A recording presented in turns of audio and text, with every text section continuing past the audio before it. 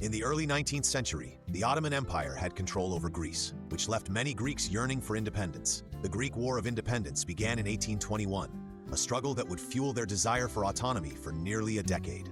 Important figures emerged during this turbulent time, including Ioannis Kapodistrias, who was one of the key politicians advocating for Greek independence. As the war continued, European powers started to take notice, seeing Greece's struggle as an opportunity to counter Ottoman influence. The desire for independence was not just a Greek aspiration. It was influenced by larger geopolitical interests in Europe. Notably, British Foreign Secretary George Canning took an active interest in the Greek issue to protect Britain's interests in the Mediterranean. As the fighting continued, various international treaties began to recognize the political existence of Greece. By 1826, Greece had achieved a provisional government but remained under the shadow of the Ottoman Empire. The Battle of Navarino in 1827 marked a turning point through the intervention of the great powers, Britain, France, and Russia, defeating the Ottoman fleet. This victory brought new hope to the Greek struggle for independence as European powers started shifting their stance on Greek autonomy. Amidst the backdrop of war, the determined attempts at negotiation continued. Ioannis Kapodistrias aimed for Greek independence but faced strong opposition and limitations from the great powers in defining Greece's future. As the Greek War of Independence progressed, international powers became increasingly involved in the discussions surrounding Greece's future. In January 1824, Russia proposed a plan to create 3 principalities in Greece, but this solution did not satisfy the Greeks who sought complete independence. In June 1825, the precarious position of the Greek government led them to seek British support in choosing a monarch for Greece. This plea reflected the increasing desperation among Greek leaders as they recognized the importance of international backing. The British Foreign Secretary George Canning remained firmly against Greece becoming a British protectorate, insisting instead on Greek autonomy. This refusal was significant as it showed the complexity of alliances and interests among the great powers. On April 1826, the Protocol of St. Petersburg was signed, recognizing Greece's political existence and providing limited autonomy. This action indicated a crucial step before achieving complete independence. As tensions escalated, the Treaty of London emerged in July 1827, aimed at ceasing hostilities and proposing that Greece remain a dependency of the Ottoman Empire. This treaty was met with mixed reactions from the Greek populace, who were striving for true freedom. The pivotal Battle of Navarino occurred on October 20, 1827, where the combined fleets of Britain, France, and Russia decisively defeated the Ottoman fleet. This victory marked a turning point, as it showcased the commitment of the great powers to support Greek independence. After the Battle of Navarino, the political landscape shifted significantly, leading to debates among the great powers regarding Greece's fate. In 1828, discussions began to formulate a clearer vision for Greece's independence.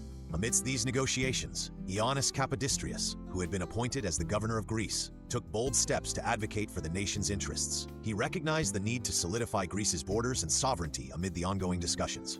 On February 3, 1830, the London Protocol was signed, marking a definitive moment in Greek history as it recognized Greece as an independent state. The treaty was negotiated by diplomats from Great Britain, France, and Russia without direct Greek participation, highlighting the complex dynamics at play. The protocol established Greece's borders along the Aspropotamos-Spercheios line, which determined the new nation's territorial limits. This moment was bittersweet for many Greeks, as their aspiration for a wider Greece was not realized. As part of the protocol, Greece was established as a monarchy, with the title of ruler sovereign of Greece. The selected monarch, initially Prince Leopold of Saxe-Coburg and Gotha, ultimately declined the offer, leading to a search for a new leader. After Leopold's refusal, the great powers turned their attention to a young prince, Otto of Bavaria, who was just 17 years old at the time. His selection as the future king was indicative of the great powers' desire to have a controlled monarchy in Greece. The signing of the London Protocol officially ended the fighting, yet it did not put an end to the challenges Greece would face. The newly recognized Greek state was still in turmoil and required a strong governance structure to stabilize its future. The conditions of the protocol mandated that Greece respect the rights of Muslims living within its borders, an agreement that proved to be challenging. Greek leaders were eager to form a nation, but had to balance these requirements with internal expectations and struggles.